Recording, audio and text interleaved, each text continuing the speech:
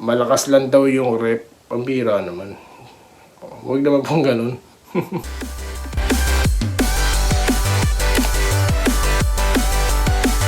Ayan, so welcome back dito po no sa Doy TV at sa Day Enrica YouTube channel. Well,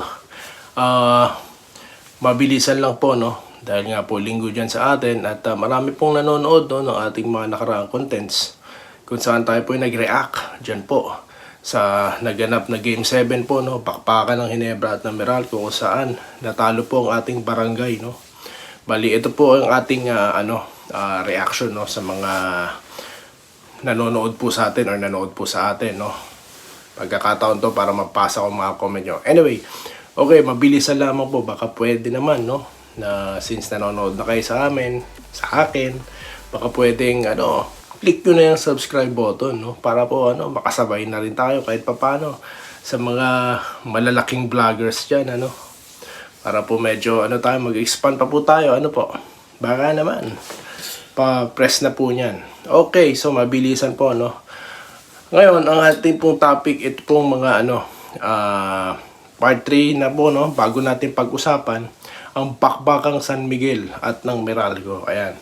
Isa po sa mga komento ng ating viewer na sinabi niya na daw mag San Miguel na lang daw ako SMB. Well, to be honest not to frustrate you bro, but I will stay at Ginebra Hindi naman kasi tayo kung sino ang nanalo doon tayo bandwagon kung tawagin na hindi ako ganon. Bali, yun na nga, I'm very vocal to tell you that I am a Barangay Ginebra fan since Jaworski era, di ba? Tanda mo na pala. Tapos yun na nga, ang ating dito, yun nga, yung ating mga na-receive na comment, hindi po, ang gagawin ko, syempre, susubaybayan ko ang bakbakang Meralco at San Miguel, Yung kung buong Game 7 man yan, I will be with you, before and after the game. Ayan. Kasi nga po, exciting ang magiging pakpakan dito ng dalawang yan. Bakit? Sinabi ko na po sa mga nakaraang content, replay nyo na lang po. Kung saan, talagang sinabi ko na magandang match po ito at napakaganda po itong kompetisyon para sa liga. Bakit? MVP versus SMB. Siguro anong bago? Hindi, malakas sila Itong dalawang koponan na to, kung titignan nyo po sa positive side, talaga pong gumagastos ng pera, gumugugol ng pera para manalo. Hindi katulad na ibang team dyan. Hindi tulad na ibang team dyan na pumunta lang ata dyan para sa ibang bagay. They don't place their team there to compete. Diba? Pambira naman.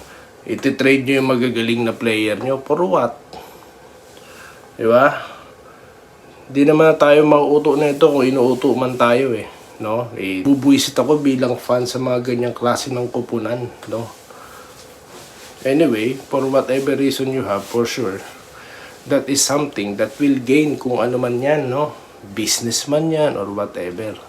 Anyway, yun po, binabalatan ko yung mga koponan ganyan na wala pong, dapat po umalis na lang kayo sa PBA Buti pa yung mga kupunan sa NPBL talagang tulad ng kupunan ng Manila, kinuha talaga si Greg Slaughter, di ba? May chismis po tayong narinig na si Ray Parks daw, di umano'y gustong bumalik sa PBA. Abangan natin yan, baka sa tropang giga pumunta yan. Anyway, so yun na nga ang ating reaction dito, Nabuisit ako dun sa mga kupunan. Kasi nga po, if you're a basketball fan, lalo na sa PBA fan ka, hindi ganyan ang PBA na saksihan ko Hindi ganyan. Ang PBA, lahat ng team dyan competitive. Talaga makikita nyo yung mga trades na blockbuster talaga. Tulad ni Jun Limpot ng Santa Lucia at ng Barangay Ginebra, tinirade nila si Marlo Aquino kay Jun Limpot. Diba? Hindi si Jun Limpot tinirade sa rookie. Or tinirade sa kung ano pa man nakapalit, mga bench player. Hindi ganun na nangyari. Talagang blockbuster trade. Ang isa pa dyan, si Johnny Abarrientos, Poch Winyo, kapalit ni Alipik, John Ordonio. Ayun, nabalitaan nyo ba yon? Yung mga ganyang klase ng trades. Tapos sino pa? Berhel Meneses. Kaya napunta ng Ginebra yan. Hindi yan nag-sign ng free agent. Tinrade nila si Datank Noli Locsin para makuha si Berhel Meneses. Kaya po nagkaroon dati ng Berhel Meneses Julin po tandem. Ang Barangay Ginebra, rookie pa lang si Mark Agiwa noon. O mga kabarangay, alam niyo po ba yan? Diba? Kasi nga, talagang solid pa. Tapos ang Ginebra noon, naalala ko, yung mga players ng San Miguel naglalaro sa kanila. Hindi sila basta-basta nakakakuha talaga ng mga superstar katulad ngayon. Nakuha nila si Stanley Pringle, si Stan, di ba? Hindi ganun dati sa Ginebra. Nagsimula yan na naglaland sila ng malalakas nung palabas na po yung Tanduay, no? Kung saan nakuha na nila si Rudy Hatfield, nakuha na nila si Menk. Diyan na po nagsimula yun sa pagkakaano ko lang, no? Sa pagkakatanda ko lang. Diyan nagsimula yung mga ano na yan yung pagkuha ng mga hindi pa masyado na question kasi nga crowd favorite, 'di ba? Or for whatever reasons, no. Yun lang sa pakiwari ko, no. Ngayon, basa na po yan kapag star player na punta sa malakas na team, bad trip na po ang mga fans diyan. Tsaka yung mga ibang team na gustong manalo, 'di ba? Nakikita naman natin yung mga team kahit independent sila, like yung si Blackwater, yung may-ari nun, di ba? Tapos itong Rain or Shine, yan diyan ako umahanga sa mga ganyang klase ng kupunan. Pero yung mga kupunan na nandyan lang for whatever reason, padre pa ko diyan. Para sa akin, you are not there to compete. No? Ewan ko kung anong pakay nyo dyan.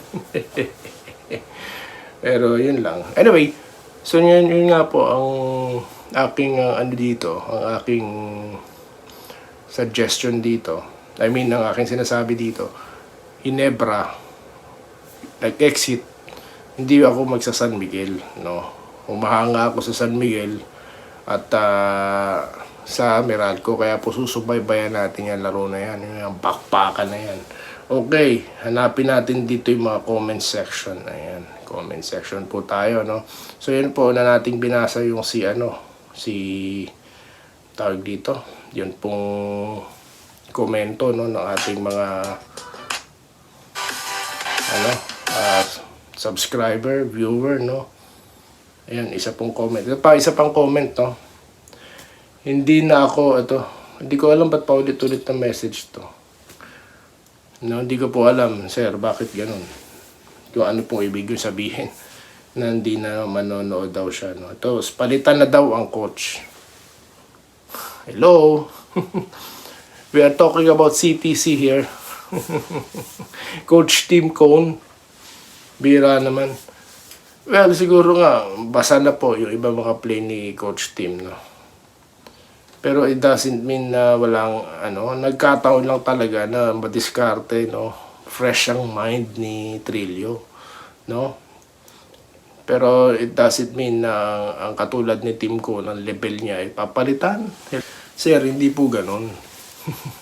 Sorry po, no. Although binabasa ko po comment nyo dahil syempre pinapahalagahan ko po ang mga komento nyo. Pero yun lang po ang aking initial reaction. We're talking about CTC here, guys, no. Tapos ito po, palit na ng player. Ito rin. Palit daw ng player at coach. Paano ba? Well, ang sa akin dyan siguro, balita ko, no, may napasa tayo, mukhang eager na daw bumalik itong si Jamie Malonzo. Nanggigil, talo kami Diba? Mga solid player yan. Isa pa yan, si Jamie Malonzo, bigla na punta sa Ginebra, diba? Masaya ako in a sense na malakas na player na punta. Pero tandaan nyo po, mas fan po ako ng Ginebra na lumalaban sila kahit ng player nila si Wilmer Ong, Benny Cheng, diba? Yan talagang mga malulupit. Boy Valera, kilala nyo ba yung mga yan? Mga Barangay Ginebra pa, kilala nyo ba yung mga binabanggit ko? Diba? Yun nga, nabanggit ko, yung ibang player na SMB, nagpupunta sa Ginebra, sila ibes ng babarel, ibes digdadise, hindi ng babarel ng literal, yung gesture lang na ganyan. Diba? Sino pa mga napunta galing Ginebra? Si Alan Kaydik, diba? So, ganun dati ang situation ng Barangay Ginebra, no?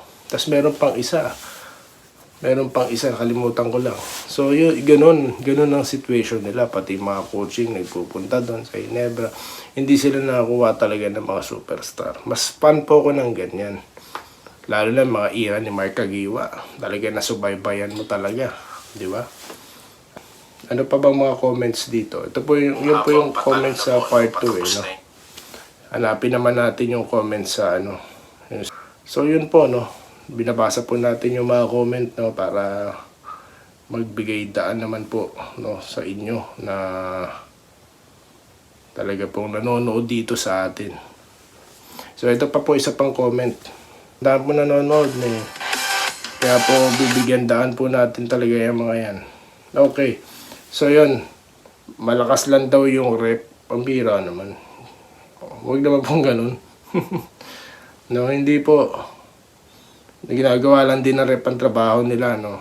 Minsan may mga missed calls kahit po sa NBA meron, pero it doesn't mean na, di ba, may kinikili na sila. Ayan, tama po, dapat lahat pinalalaro ni Coach Tim Cone. Hindi po ba lahat? Dapat talaga lahat, no. Ito, asa pa daw ako. Isa pa, anong buong Pilipinas pinagsasabi mo? Parang sinasabi mo na walang fans ang ibang team. May ganun ba akong sinabi? Baka naman nabanggit ko yun, but it doesn't mean. Sinasabi ko na sa buong Pilipinas po yun, buo. Excuse naman, mas talented ang GSM kaysa Bolts. Yun na nga po sinasabi ko. No? Talented talaga, kaya nga sabi ko, final sila mananalo eh.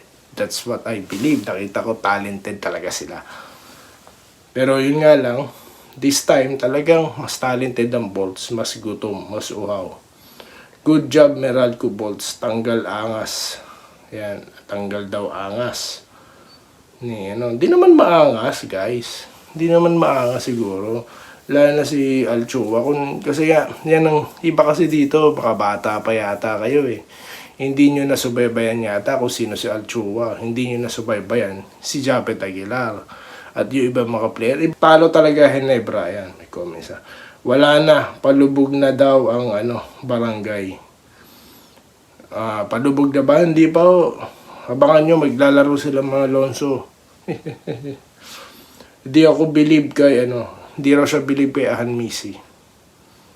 Well, kung inconsistent talaga ang player, di rin ako believe. I-score ngayon, bukas wala. Bad trip din ako sa mga ganyang player. No? Di naman po ako ganun kagaling maglaro, or di naman ako talagang marunong, or di ako magaling talaga, no? Sabihin na natin.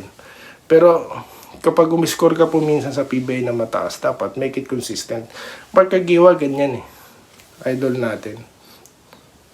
Tumanda lang eh. Pero tingin ko pwede pa sa edad niya. Hindi lang nakakalaro, pero tingin ko pwede pa rin eh. Bago nag-retire yun. Halata naman nahulog. Ito ba, yung mga speculation guys. Mga speculation, halata. Ano ba yung mga halata? So yun lang po, mahaba tayo, no? Usually 10 minutes lang no? Dahil na tayo dito sa mga comments ng ating mga viewers or subscribers, no? Diba? Like na po kayo, comment, babasahin ko. Tingnan nyo, binasa ko lahat, kahit negatibo, babasahin ko yan. May mga comment po dito, di ko binubura, no? Kasi nga po, kalayaan yan ay po ako tawag dito. Advocate po ako ng malayang pamamahayag. Kaya kahit ano sabihin nyo, wala. Naka-ready po tayo sa mga bash kasi nga, ganyan po sa vlogging, no? You are putting yourself in public. That's why you have to prepare, no? Kung may mga bashing or negative comments, hindi po lahat positibo. So yun lamang po, no, ang ating napag-usapan ngayon, no? Overtime na tayo. Napasarap ang kwentuhan natin. So yun nga po. San Miguel at Meralco po ang pag-uusapan natin. Ang unang bakbakan po is sa June 5, 3 days from now. Inaabangan na po yan. May countdown. Punta kayo sa PBA website. Inaabangan na yan. Meralco, San Miguel, pag-usapan natin sa susunod na content. Dito lamang sa Day Enrica at Toy TV Sports Channel. Maraming salamat at magandang araw sa inyo lahat. Salamat po sa panonood. Subscribe na para sa mga susunod na basketball at boxing videos.